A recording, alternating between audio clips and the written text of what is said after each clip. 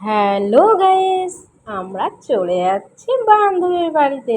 যেহেতু মুক্তা এসেছে জলপাইগুড়ি থেকে। আর দেখো সোমু কি করছে।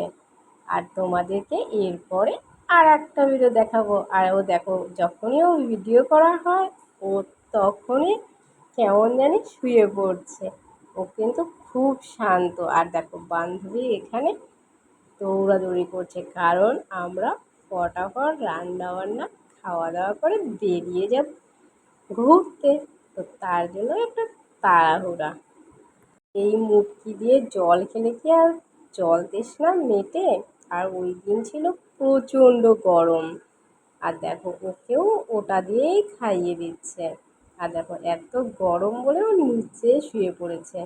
সত্যি এখন এত সব জায়গায় এত পরিমাণ গরম যে বলে বোঝানো যাবে না। তো যাই হোক, তো আমাদের এখানে অনেকটা সময় থাকা হলো। তো আমাদের প্ল্যানিং হলো যে বিকালে আমরা কোথাও ঘুরতে যাব। তো তার জন্য তাড়াহুড়া করে ভারতে রান্নাবান্না করছে। আর ওকেই তো দেখালাম না, ও ছিল রান্নাঘরে। এর জন্য ওকে আর দেখাতে পারলাম না। এ দেখো সোমু এখানে ডালটাকে উতলা করে দিচ্ছে। যদিও বা এখনো ভাত বাড়েনি। দেখো বলতে বলতেই আমরা চলে আসলাম বাইরে। যেহেতু ভাতটিকে তখন দেখাতে পারিনি। আর এখান থেকে আমরা সোজা চলে যাব মার্কেটে। আর দেখো এটা হলো কত উঁচু সিঁড়ি, দেখো কত দূর। আর এখানে হলো বিশাল দৌড়ে চলে গেল। আর তার পিছে পিছে সোমও দেখি দৌড় দিচ্ছিল। আর সামনে ছিল পশু হাসপাতাল। তো আমরা পশু হাসপাতাল এই সাইড হয়েই মার্কেটে ঢুকবো। আর এখান থেকে যেতে আমাদের মোটামুটি ভালোই সময় লেগে গেছে। কারণ আমরা প্রথমে ভেবেছিলাম যে বিধান মার্কেটে যাব। তারপরে কোনো কারণে আমরা একটু ঘুরতে বেরিয়ে গিয়েছিলাম সূর্য সেন পার্কে। তার জন্য আমরা এ পাশ দিয়েই চলে যাচ্ছিলাম। প্রথমে তো আমরা রাস্তা ভুলে গেছিলাম যে কোন রাস্তা দিয়ে বেরোবো।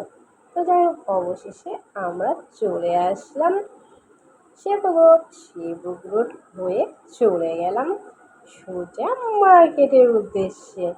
বান্ধবী বলছিল কিছু কেনাকাটা করবে, তার জন্যই একটু আমাদের লেট হয়ে গেল। আর দেখো এখান থেকে কিছু দূর এগিয়ে গেলেই মার্কেট। আর মার্কেটে ছিল ওদিন ভিড়ও ছিল। আর দেখো এপাশে হলো মোমো চাউমিনের দোকান ছিল। তো ওরা সবাই মোমো চাউমিন খেয়েছে, কিন্তু আমি খেতে পারিনি কোনো এক কারণে। আর দেখো মার্কেটে আমরা ঢুকে গেছি। আর কি সুন্দর লাগছে না ড্রেস পোশাক, সত্যি মনে হচ্ছে সব কটাই নিয়ে নিই, এত সুন্দর লাগছে। আর তোমরাও কমেন্ট করে বলো যে তোমাদের কেমন লাগছে।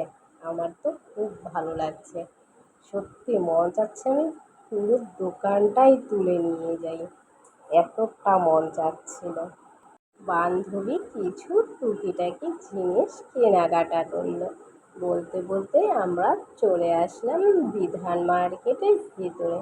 তো বিধান মার্কেটে এখানে কিন্তু সব কিছু কম দামে পাওয়া যায়, অনেক কিছু। আর কিন্তু খুব পছন্দও হয়, প্রত্যেকটা জিনিসই পছন্দ হয়। এখানে বেশ কয়েকটা জিনিস দেখলাম, সত্যি খুব ভালো লাগছিল। বান্ধবীকে বললাম নিতে, ও বলছে না, ও হলো অন্য কিছু নেবে। তো অবশেষে আমাদের নেওয়া কমপ্লিট হয়ে গেছে। এখন আমরা মার্কেটের ঠিক বাইরে চলে যাব। তার আগে কিছু খাবো না এমনটা কি হয়? আর সেদিন ছিল গরম, তার জন্য কী খাবো ভাবতে ভাবতে ডিসাইডই করা হচ্ছিল না। আর যেহেতু আমি তখন বাইরের জিনিস খাবো না, এমনি ঠান্ডা এসব জিনিস খেতে পারি। তো তার জন্য সামনে আইসক্রিমের দোকান দেখলাম। আর আমরা সবাই খেয়ে নিলাম। আর মনটাও খুব শান্তি মনে হচ্ছিলো। ওকে, বাই।